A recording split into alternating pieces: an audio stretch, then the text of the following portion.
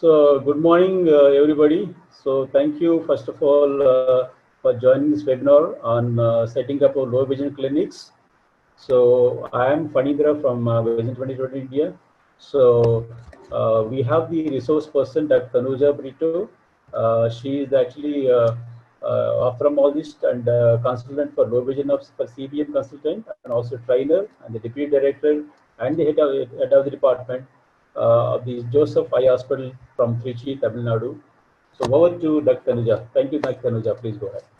Thank you very much, Dr. Fanindra, and welcome everybody. Good morning for joining in, and thank you for this interest in low vision services. At the outset, I'd like to thank CBM and Dr. Sarah, Madhavan, and Ravi for all their help in setting up this, and also I have to thank CBM for being where I am today. They trained me and they helped set up our low vision services here in JEH. And I also want to thank Dr. Nelson Jesudasan, Director of and Medical Superintendent of Joseph Eye Hospital, for his support to us, to me especially in this venture in low vision. We started low vision in Joseph Eye Hospital in 1999, and ever since that there's been such a gradual growth. So I'd like to share about low vision, how to start low vision services actually, because now the need is increasing and the interest is increasing. And there's so much variety of inputs on this. So I would like to, on outset, tell you how to set up at a basic level. To start, what you need. So you're most welcome with your questions later. What I'm be saying is only an outline. So you are free to ask me at the end of this, and we can go back to those slides. So thank you for patient listening. Yeah, we go.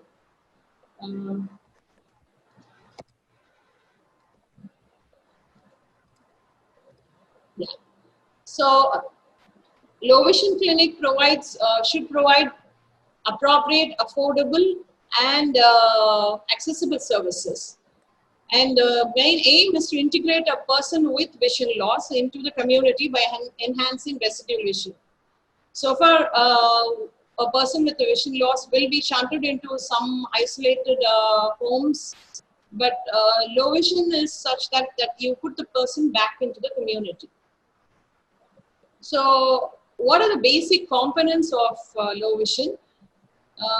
The main thing about low vision is people have some amount of residual vision. Though they have vision loss, they have some residual vision. So what we do is we assess this residual vision both clinically and functionally, just to quantify and qualitatively measure it.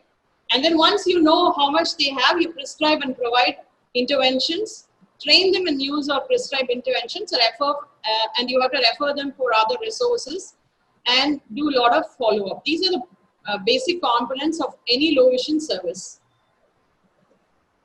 So what is the essentials for a low vision delivery? The main thing is you need a modus operandi, that is a protocol. How do you go about it? Where do you start? Where do you end? What is the end? So you should have a protocol, how you do it. And then the second thing, most important, is train human resources. You really need to train them in the right way. And then once they are trained, you need to have basic equipment and infrastructure. What is infrastructure? These are the common questions that we are dealing with. And what are the other support services that you will need for a low vision clinic? So coming to the protocol, the first step is to identify if they are low vision or not. Because people with vision loss can be there because they might need a cataract surgery or a refractive error. So once that is then done, and then beyond that, everything is over, and then you have finished every intervention, medical intervention and surgical intervention. So, and then they are still left with vision loss, then you do, that's when you really identify them. So identification, positive identification that these are low vision patients is the first step. And once you identify them, what do you do? Once you identify them, you have to assess them. So assessment is two types, clinical assessment, and then you don't stop with that. Once you finish clinical assessment, then you do a functional and an educational assessment. Clinical assessment is, we'll be seeing that. Clinical assessment is where you quantify how much vision they really have. And that also leads to your device's prescription. Whereas functional and educational assessment is how are they using this vision?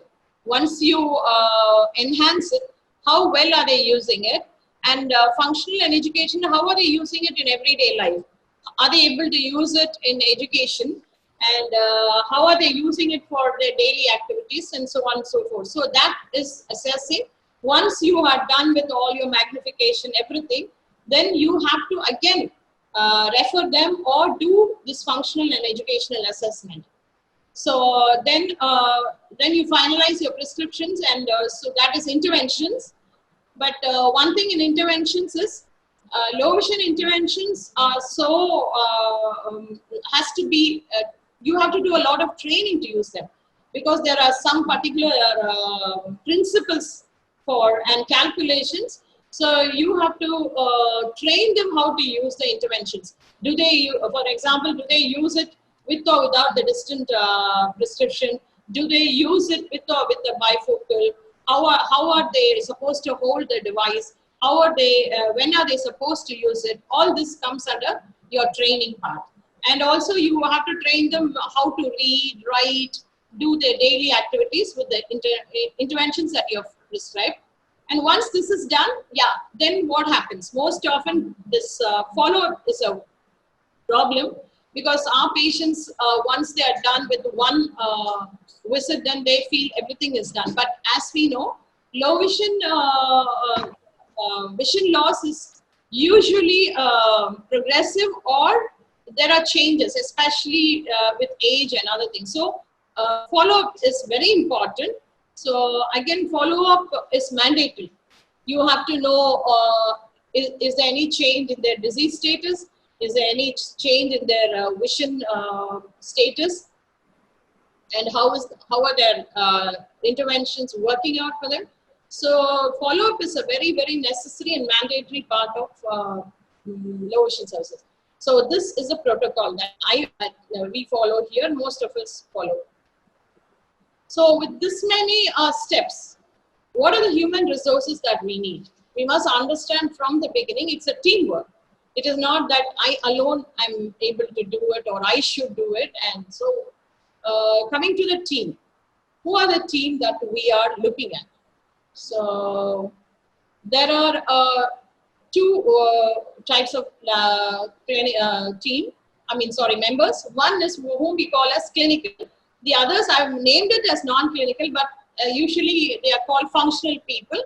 And then there are others who will be doing supportive work for us. So clinical people means eye care people. That's what. Ophthalmologists, optometrists, refractionists, vision technician, people like that. So, and non-clinical people can be anyone.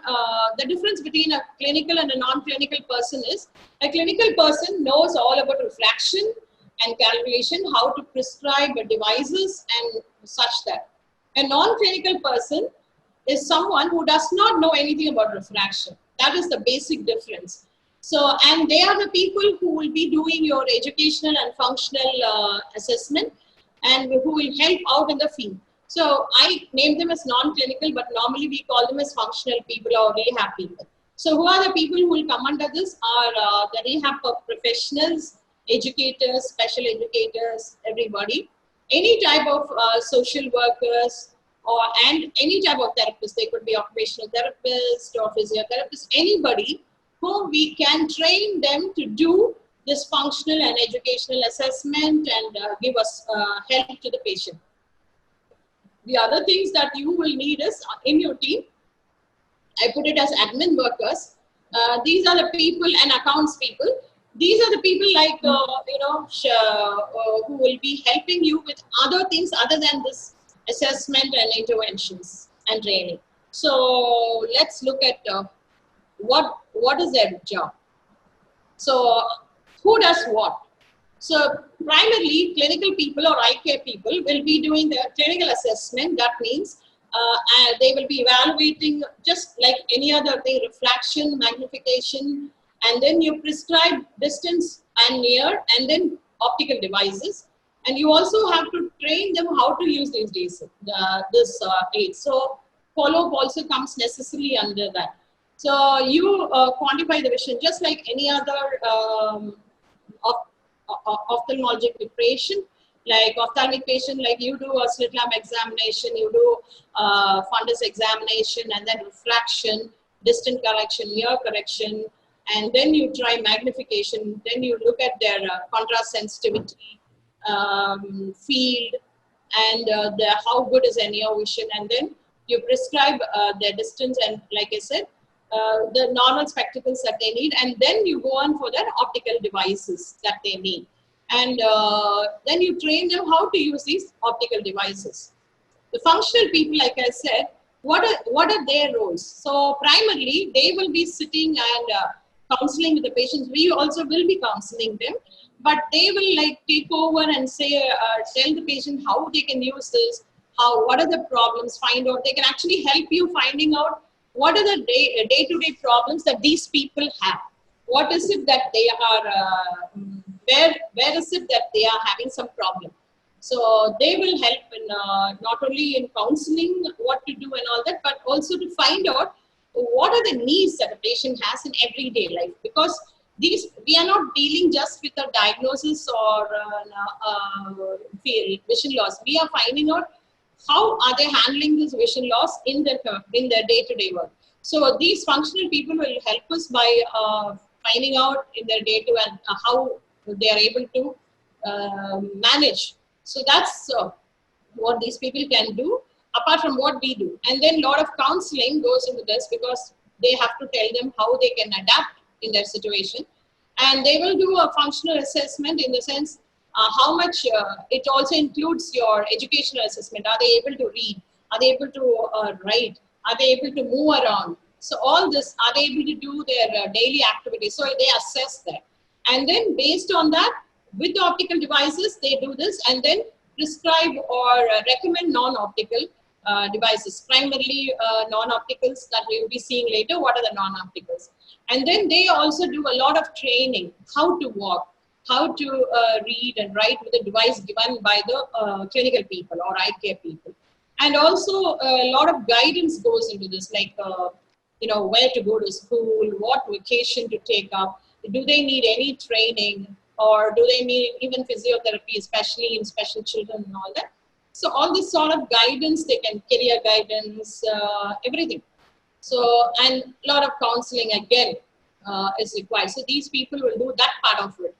So, and we talked about supportive services people, and apart from this, we have, these are the two primary areas, but out of this, we also need a lot of what I put as others. What are the activities? That is, once you do all the assessment and all that, record keeping. Recording is so important.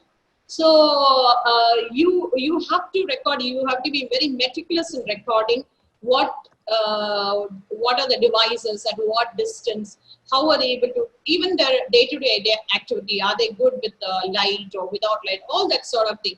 So record keeping is so important, and recording is so important. So keeping these things, especially files, are very important.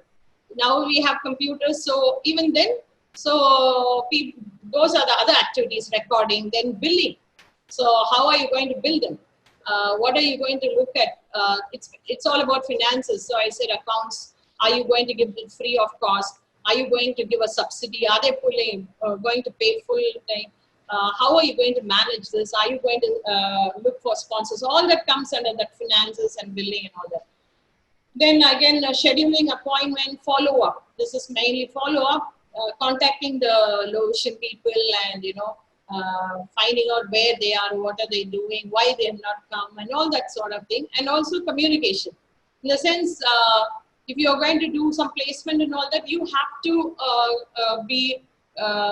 you have to know people who can take this child in their school or in their business or whatever.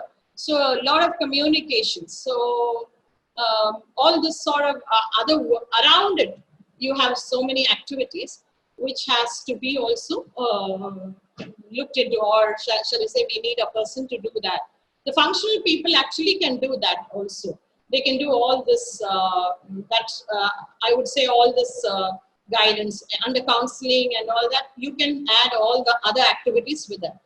So with so many activities and so many people, we would be wondering, so many stages in the protocol, what is it? How many people you really need? How many you really need? Anybody would like to offer?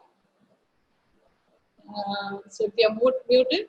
So I would just, this is the WHO recommendation.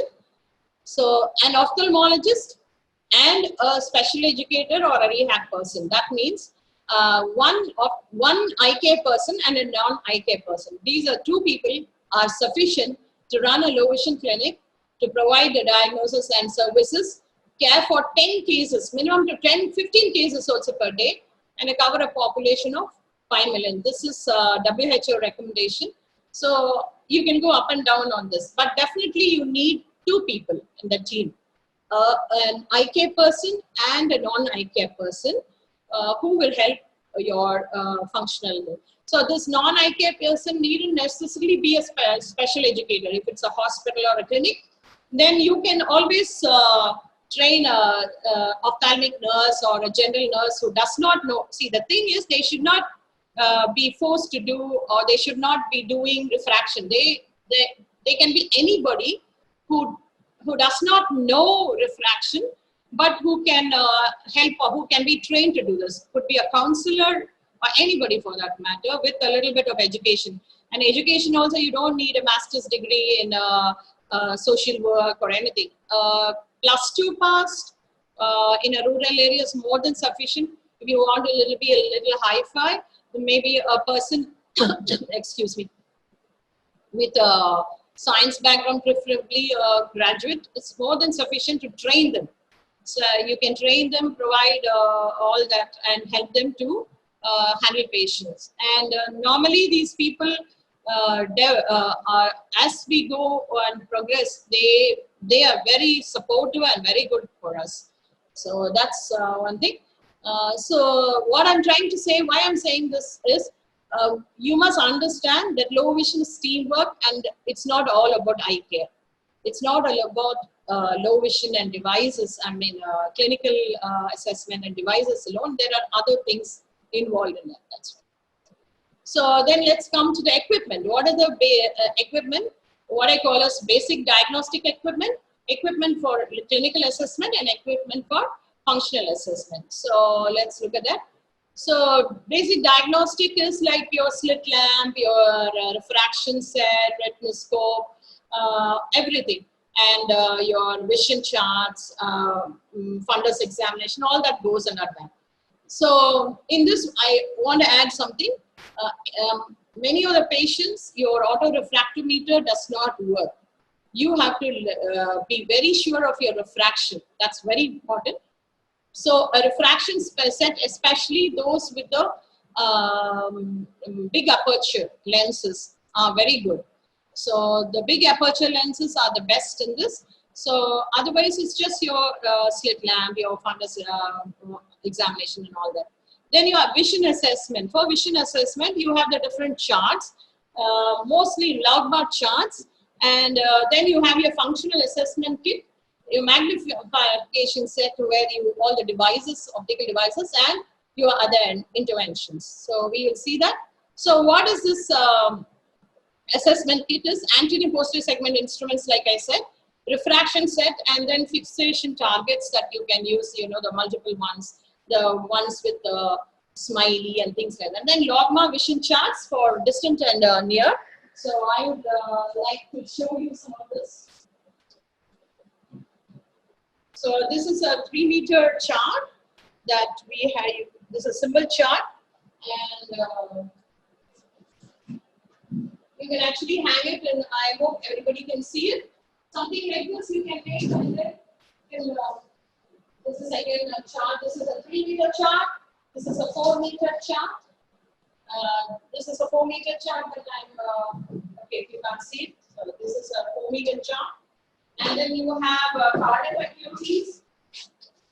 This is the cardiac activity that we use. And then that everybody knows. And these are the layers grading patterns. There are also distribution charts like this, which we call as flip charts. So you can use these charts. They are supposed to be held at different distances, and log charts are mandatory in this. And then you have our near vision charts. So these are the different near vision charts that we can use. And then contrast sensitivity chart. And then you have your contrast sensitivity chart. I want to say something about contrast sensitivity chart. Don't go in for Pelli-Robson. Most of the low vision patients will not be able to cooperate for your Pelli-Robson. The simple ones are Hiding Heidi by Leia. And then you have this grading charts and actually even your Cardiff is based on contrast sensitivity. So, and color and field testing.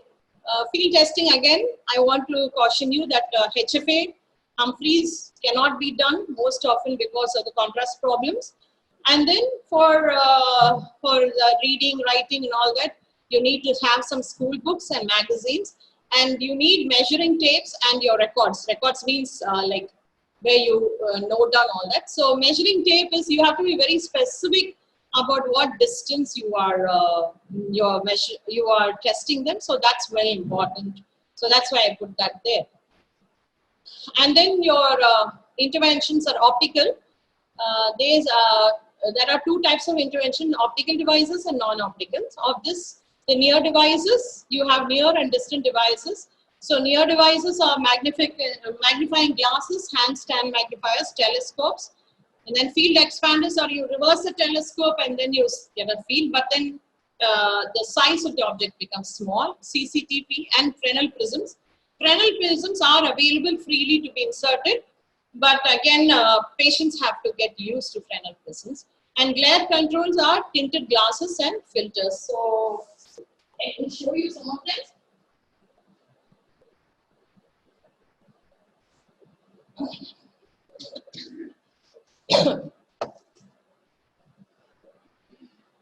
So this is a stand magnifier. I hope everybody is able to see. This is a stand magnifier, and this is a hand magnifier that everybody has seen. This is another type of hand magnifier that has two power ones. So you can see this. This is a dome magnifier. Excuse me. This is a stand magnifier, another model. And you have, and you know about the CTV. Everybody's got this, very expensive, but it's good for distant vision. And this is a spectacle mounted telescope that you use like this for classroom reading. And this is a handheld telescope. And this is another type of hand magnifier. And of course, everybody knows this sheet magnifier, which is easy for older people especially. So this is that. And then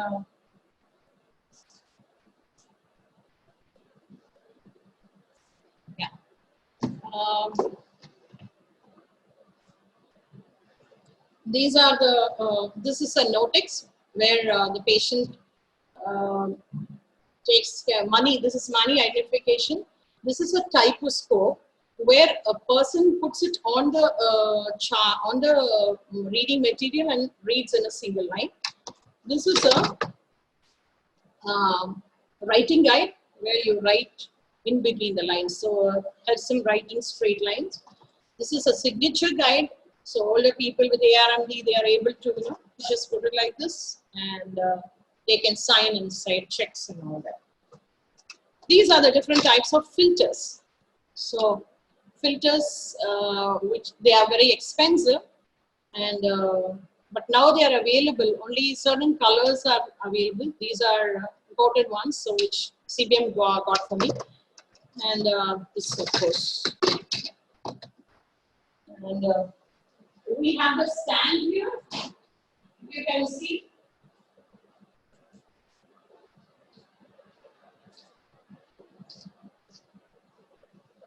So if you can see, this is the reading stand.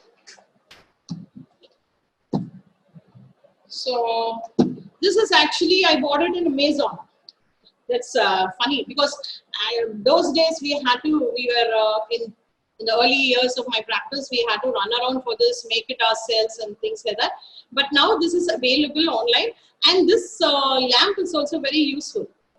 If you see that, you can, it's very portable, and this can be used for, and I think you can even control illumination with this.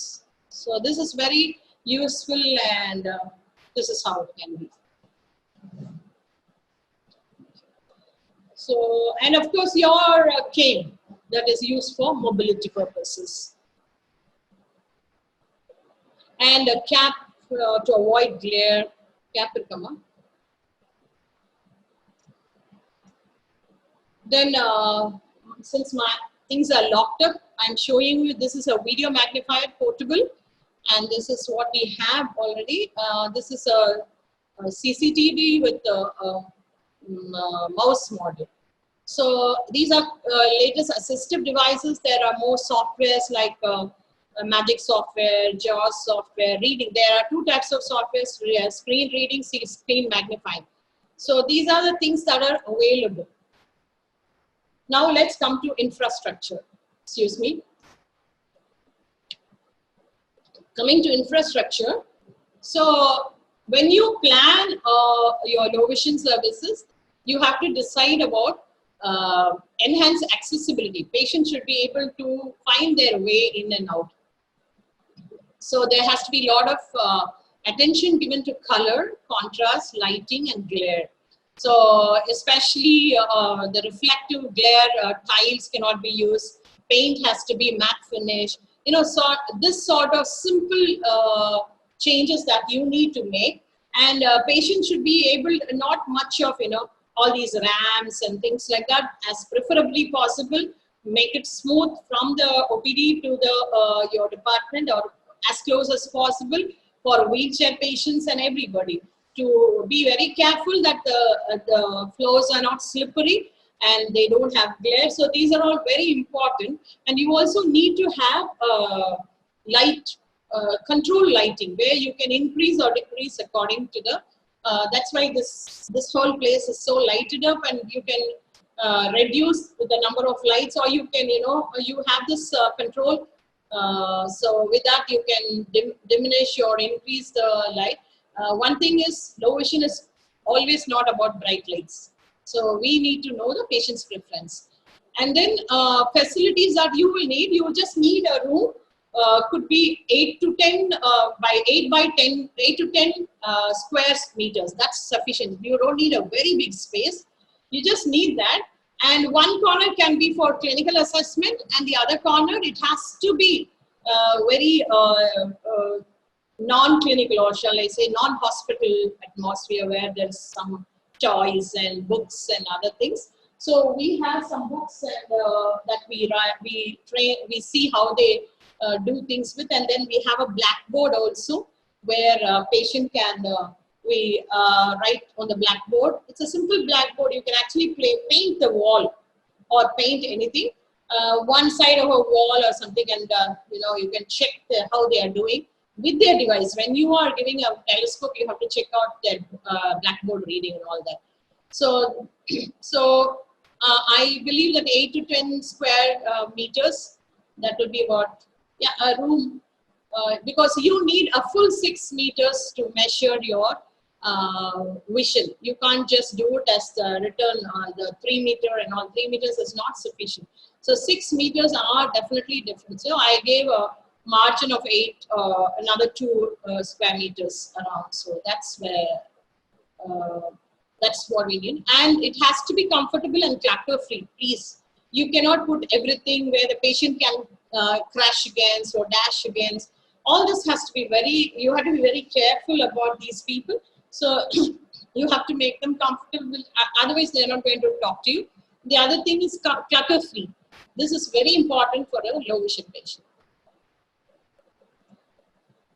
Then what are the other things that we have to put our mind to is record keeping. This is very, very, very important, not for legal purposes alone. It is for your follow-up.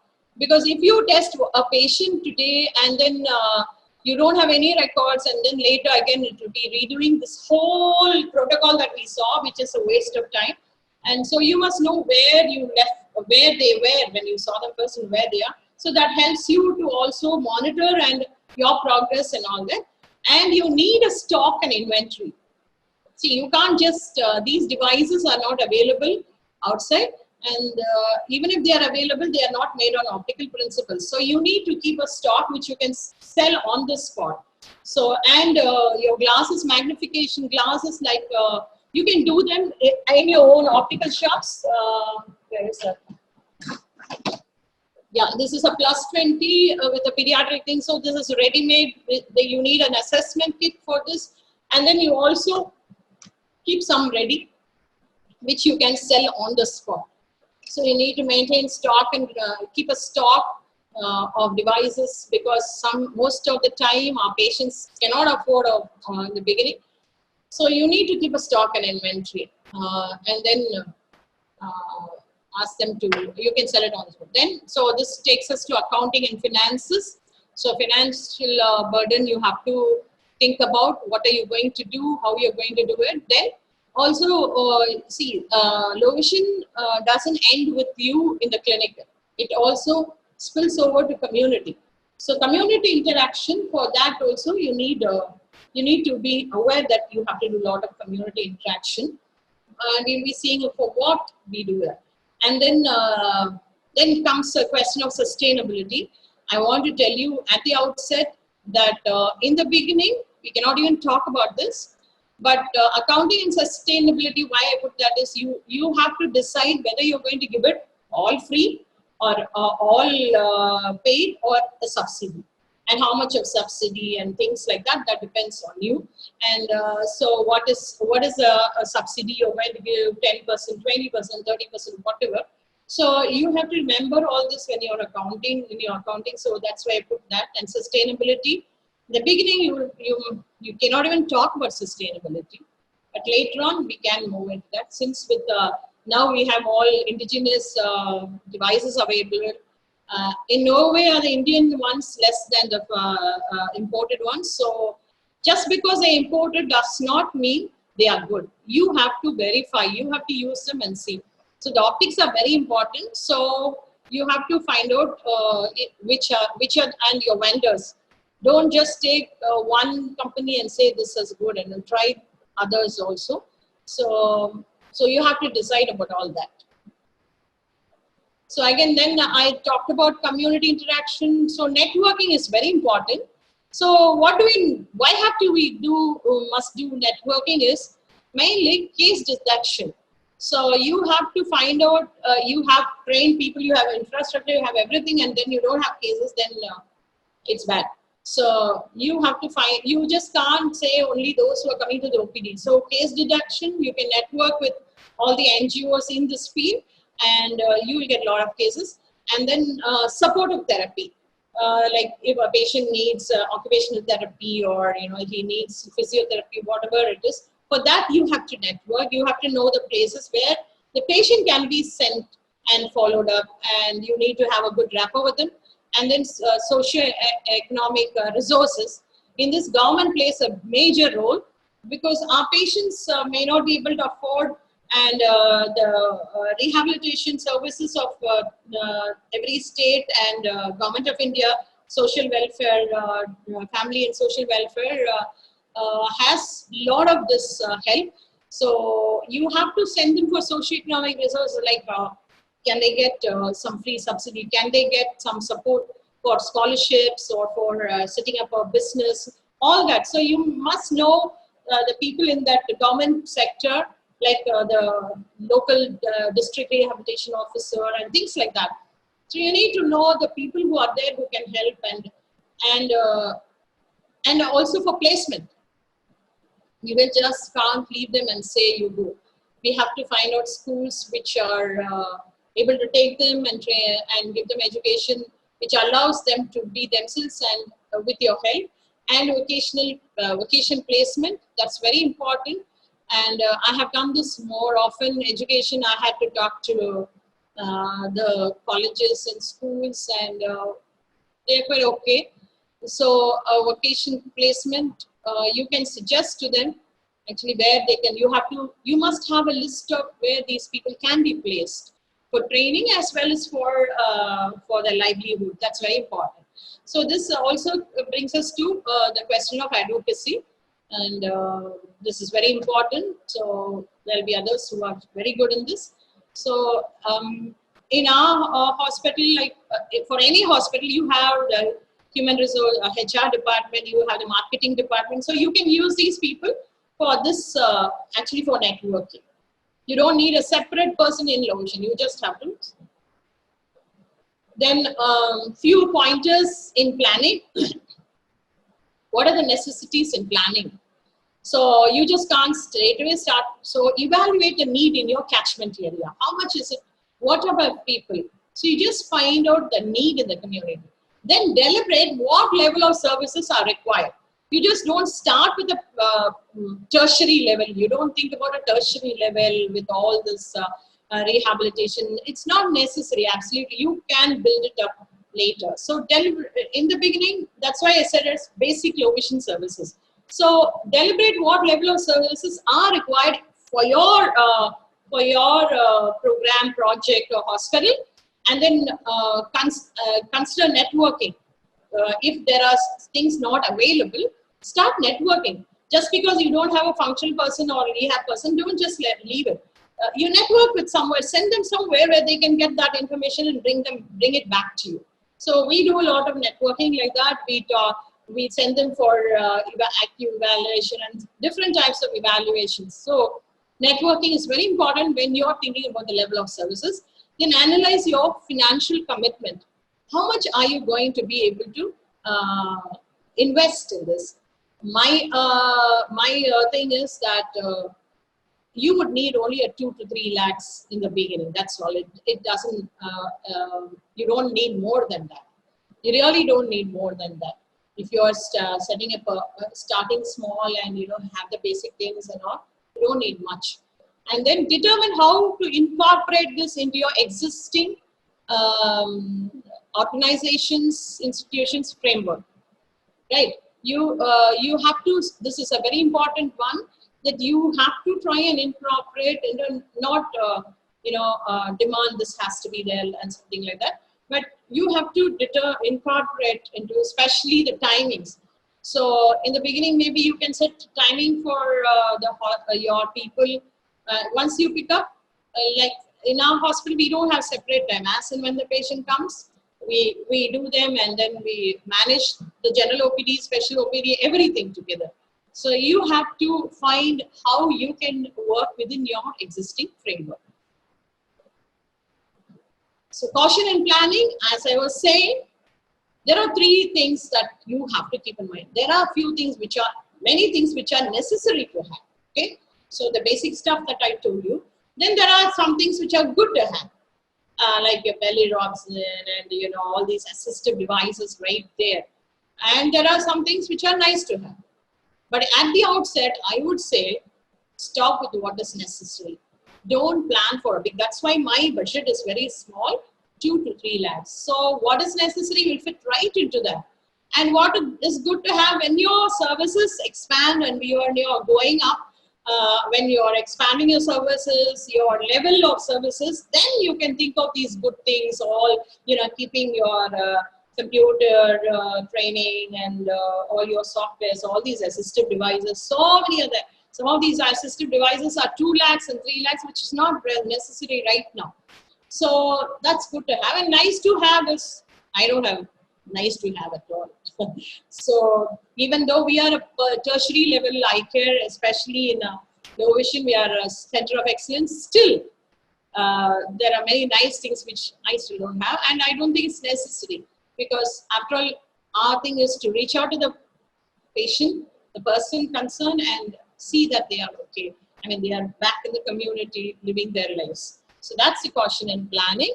And that's why my finance, you might think my finances budget is very low, but I think that's more than sufficient. If you want, you can stretch it up to 5 lakhs. So to conclude, service delivery to those with vision loss, which is towards community integration by establishing these clinics, should have, if you see, have been listening closely, it's a holistic approach. You don't just see the clinical part of it, eye care part of it, and then you send them. You have to do a holistic approach where the patient's livelihood, his economic status, everything comes into play, and you have to take, you have to at least coordinate for them. Even though you may not do it for them, coordinate there and see that they are in. And again, the service delivery should be in a phased manner. So low vision clinic can start small, and then you can keep adding things. There is a scope for everything. And I also find that as you move on, many things becomes obsolete. What was necessary has become obsolete because of technology development. Again, don't go in for too much of technology, because most of our patients are from the lower strata of society or in the rural areas. They may not have all those things. So, but with all this gadgets coming up, your smartphones, you have softwares which can be used on smartphones. So, many things that's why I said it's better in a phased manner. And thank you. I want to thank Dr. Nelson Jesudasan for his support for me in all these years.